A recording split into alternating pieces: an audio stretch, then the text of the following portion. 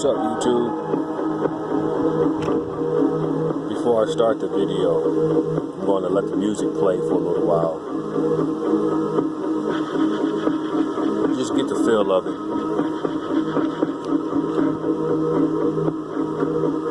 Just get the energy of the video, you know.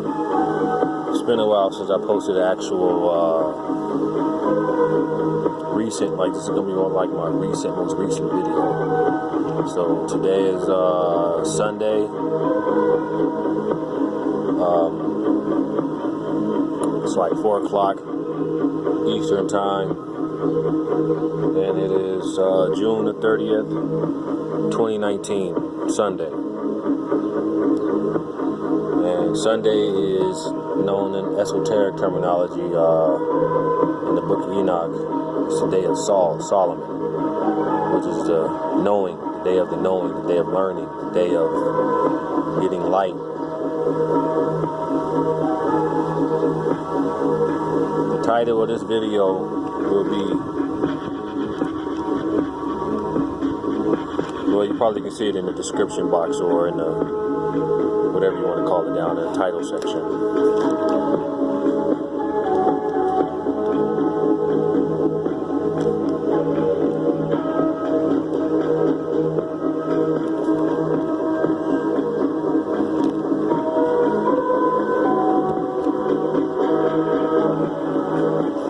As you can see, I'm outside right now.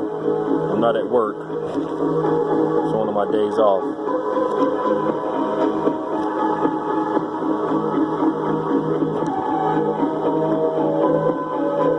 So I'm just sitting out here in my backyard, chilling.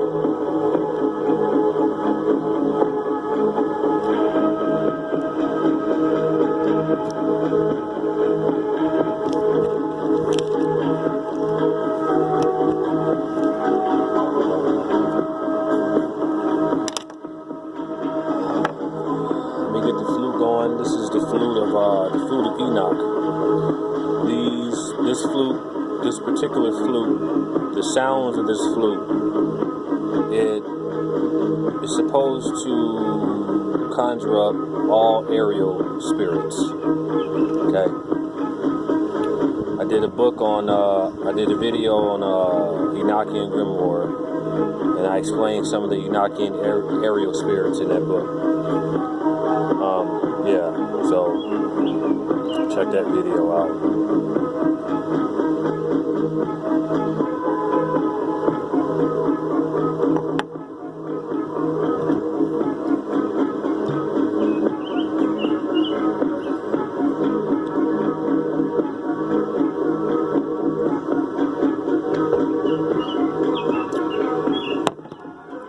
All right. Warm out here today.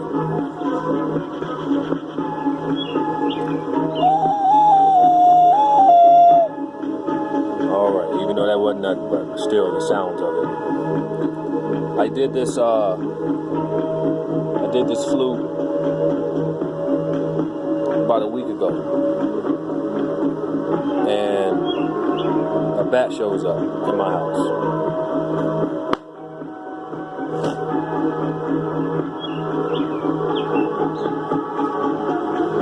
So a bat shows up in my house, right? Fruit bat. So we had to let that thing go because it can't be in your house. But I noticed that there's a lot of fruit in my backyard growing. So yeah. So like I said, I'm learning how to conjure up a lot of this stuff. But my next step into learning how to utilize this power, to utilizing it to do your bidding. So they show up.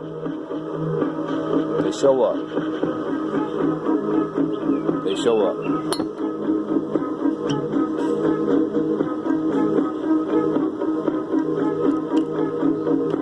They most definitely show up. I said in one of my old videos, I was calling upon some aerial spirits. It actually is in one of my Enochian videos, and I was talking about how some these birds, these crows, these eagles are just flying over the car. I seen it for myself. They just showed up. I did this flute when I first bought it, this Enochian flute, and 7 days later, these eagles show up on my porch, and they left a wing, actually.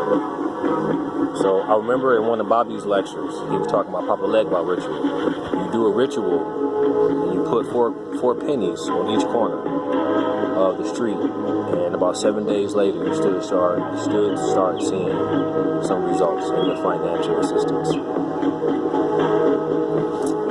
So this is the flute of Enoch. You get the book Enochian Grimoire, they talks about a lot of these flutes. Alright, so just carry one on you or carry one in your house and explore it every now and then.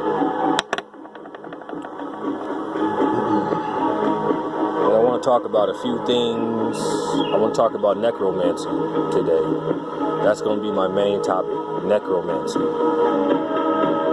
Necromancy will be the main topic today. Alright?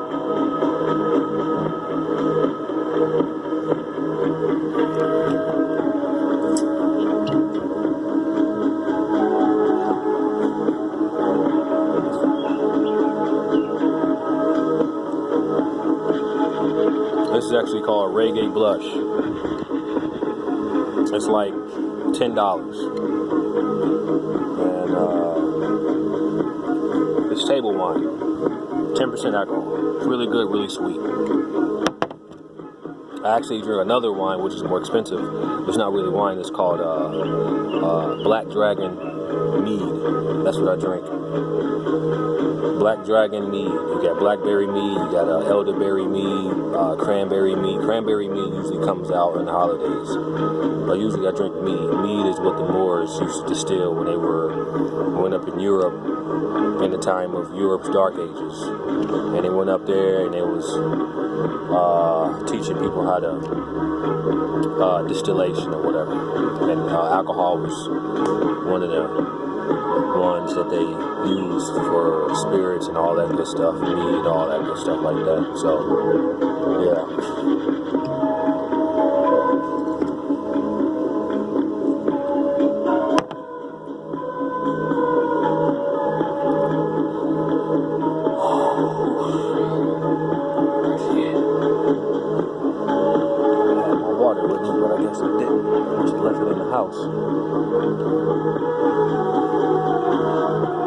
Alright, so necromancy, let's start off what it is and where it really comes from, like the origin. So I'm going to break it down as simple as I can put it. If you go and look in the Catholic Encyclopedia. Catholic Encyclopedia. And those of us who are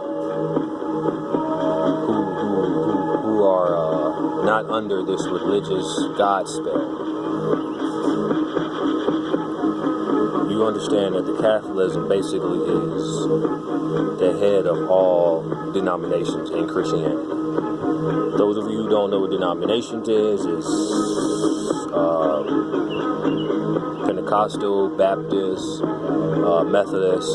Those are different Christian denominations, but it's still basically ultimately Christianity. So basically Catholicism is at the head of all Christian denominations. So if you look at if you look up the Catholic Encyclopedia.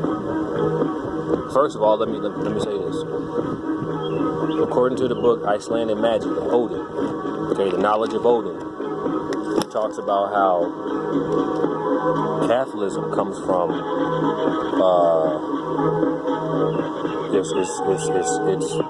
its origin is dark magic, basically black magic. Okay, so we're going to talk about a lot of necromancy, and we're going to really get deep into it. Okay, so try to bear with me here.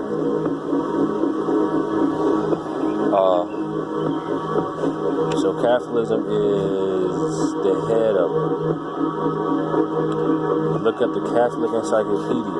You have necromancy. Okay?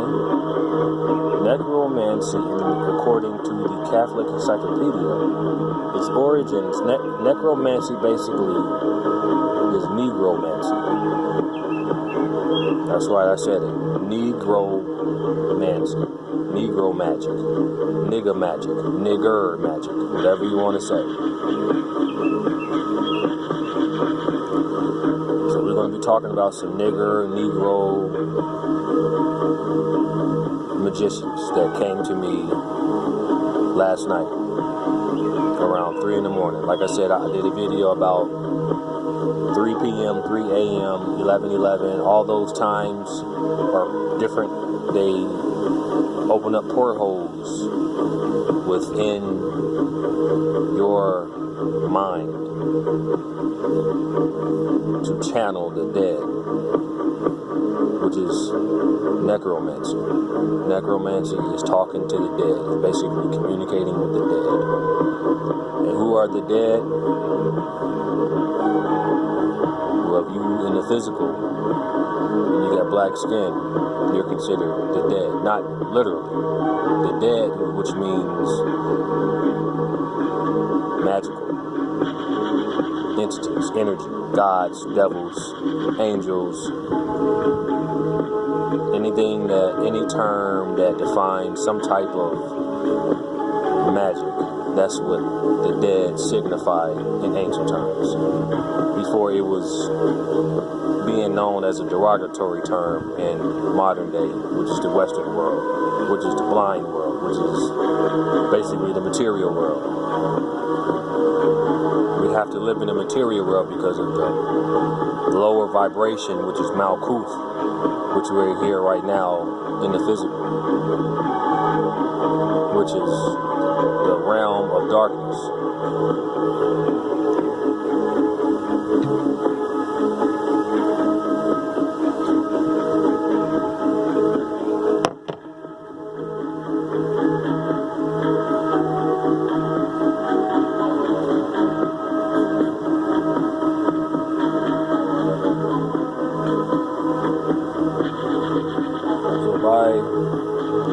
Necromancy, coming from the word negromancy,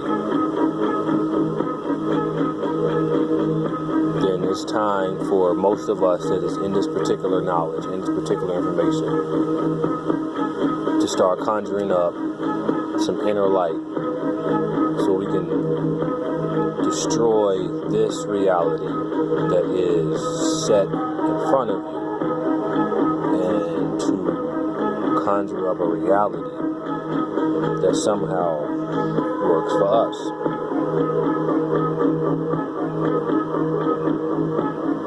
In order for you to do that, you have to redeem your soul. Redeeming your soul in Gnosticism is basically the science of the Gnostics, is knowledge, understanding, light, and necromancy, inner light, is the process of redeeming the soul. Necromancy is one of those tools, and cyclomancy.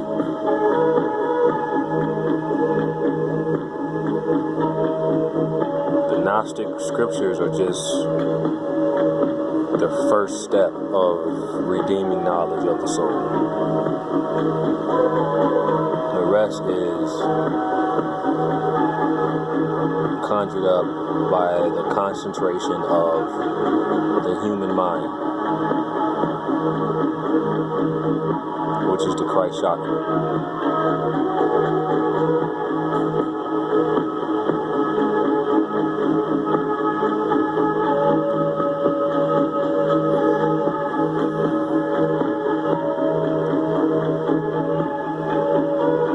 Got a lot of information to cover today.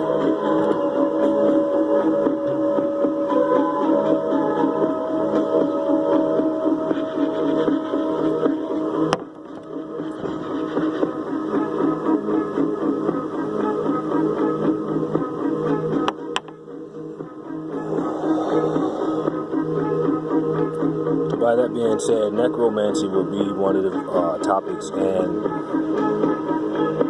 being the shadow bringer. So in Blavatsky's text, no shadow, no God.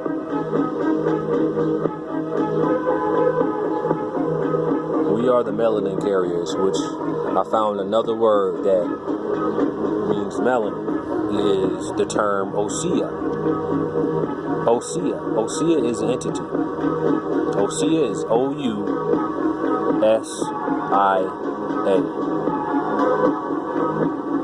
There is a Moorish Gnostic by the name of Tertullian. T-E-R-T-U-L-L-I-A-H.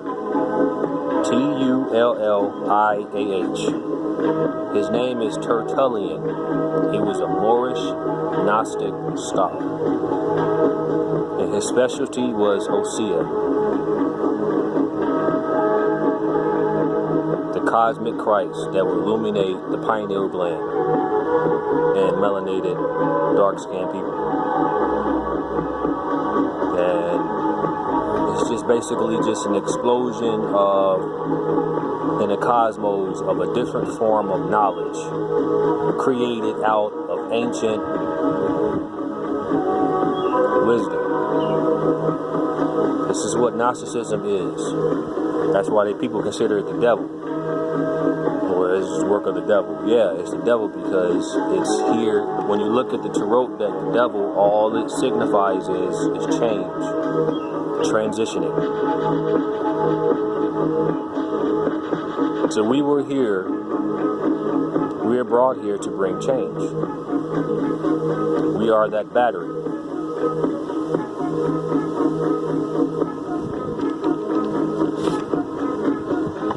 It makes sense because Adam in the book of Enoch he was considered the first God, Christ.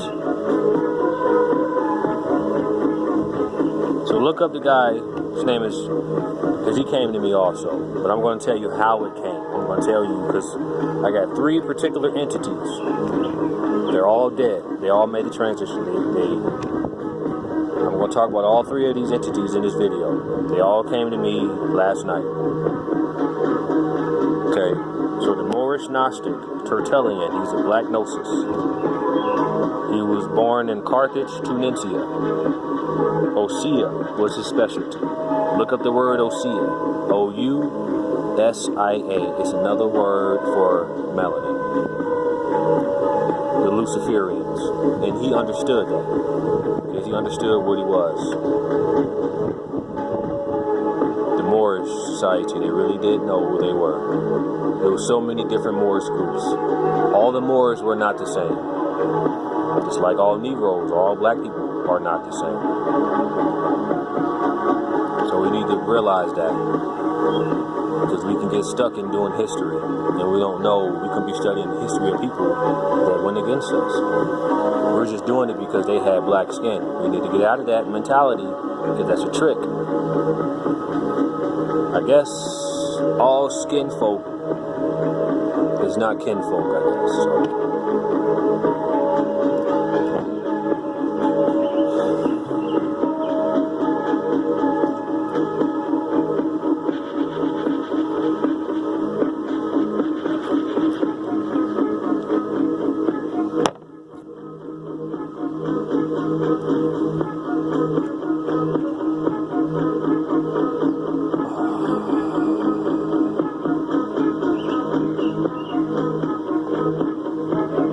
Last night, or early this morning, I guess, I had these entities, and I did a video on about voices in the head. These voices in the head are so-called your Goetian or the Goetic entities, or the sons of Ptah, or the light of the pineal gland, or angles of light inside the head, whatever you want to call it. These voices in the head. They came to me in a particular way. I heard a word. It was called. First, I heard the word winter, winter. I kept hearing the word. It said winter. I said, why am I thinking winter when it's June, end of June, early July? It's like 90 degrees out. Why am I thinking the word winter? And then it said,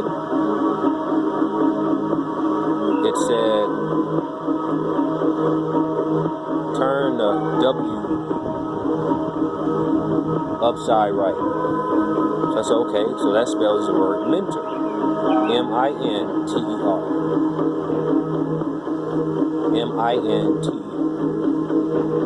So, okay. I put the game on pause because at the time I'm playing a video game. Everybody's asleep, right? So I put the game on pause and I get my phone and I type in the word M-I-N-T-E-R, minter. And there's the word men.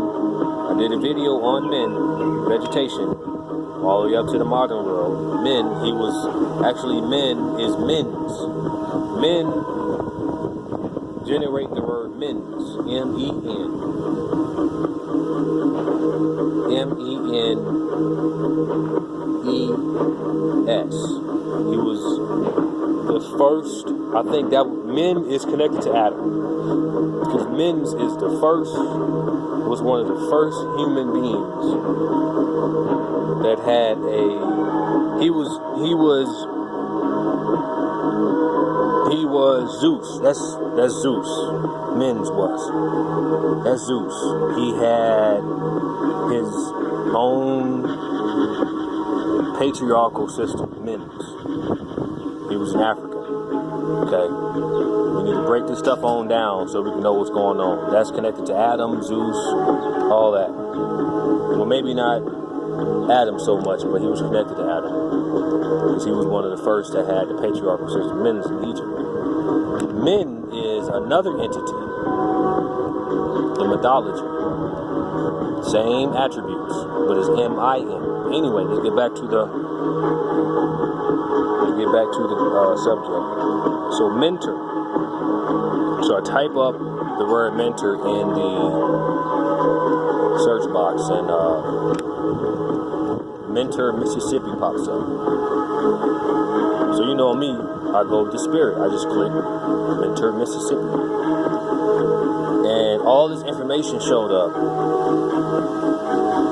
And I found some very interesting information about the dead that showed up to me in this information regarding Mentor, Mississippi. M-I-N-T-E-R. Mentor, Mississippi. I was doing the history of it, so of course it had some history with slavery and lynching and all this good stuff. All that, not good stuff, but whatever. But, so first, I came across some beef between this black priest. He had his 40 acres in the mule, and he had 40 acres in the mule. He was a farmer. Every farmer back then, in the 1800s and on back, if they were some type of priest, they had a farm and a mule. Okay? So every black person at that time was not a slave. We need to get off that because we're so addicted to trauma. A lot of us Afrocentric, we get stuck into just researching slavery, researching racism. That's also a distraction. This black slave, this black priest, he was not a slave. He had his 40 acres and a mule. He had beef with a slave owner. Okay, if you just do the research on Mentor, Mississippi, because I'm going to get into the science on necromancy, on how I told you guys I communicate with the dead and how they come to me. This is what Panic was talking about in his videos, about a lot of the dead was coming to him. The next day when they died, they would come to him. This is necromancy. So there was some beef between this black preacher and this white slave owner. So it was a physical altercation. So we all know it probably happened. The slave owner probably got beat up. Okay. It said that they were in physical altercation. Both members were injured. So after that, the slave owner hired some hitmen to go kidnap this dude that might have beat him up to kill him. So, a lot of people can't take an ass whooping. We all know this. It's been like that since we've been here. Everybody ain't gonna take no ass whooping. Okay, so that's probably how he felt. Alright, fuck it. This motherfucking nigger beat me up. I'm not gonna take this. I'm gonna go ahead and hire some hitmen because I got money. He don't. He's just a priest and a farmer. And I'm gonna go ahead and at that time, they knew who the black man was at that time. Oh, they knew, because I'm going to get to that. Because another entity came to me through this story that I'm telling you. I'm going to tell you what he did. He did some powerful shit. And I'd never heard of this entity before. I call him entity now because he's dead.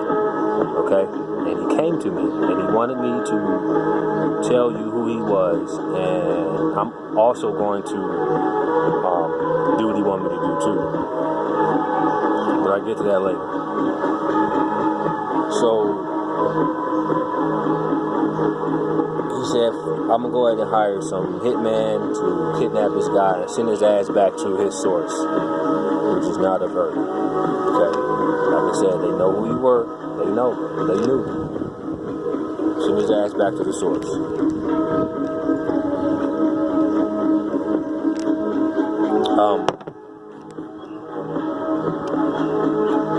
So they killed him and they lynched him. It was a lynching in Mentor, Mississippi. Then it goes on to say that this guy, another black man at that time who was not a slave, he was a highly educated man. His name was William Henry Holtzclaw.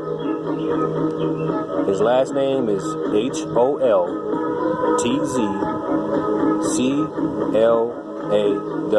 Holtzclaw. So we break the name William down.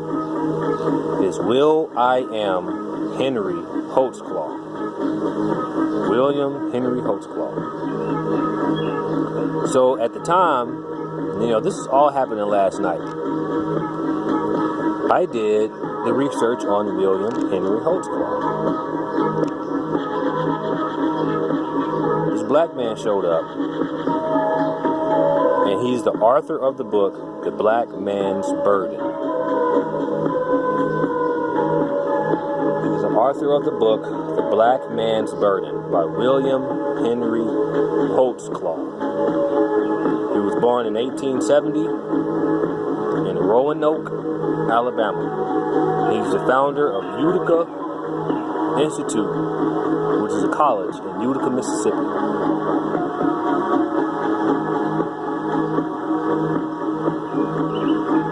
The Black Man's Burden.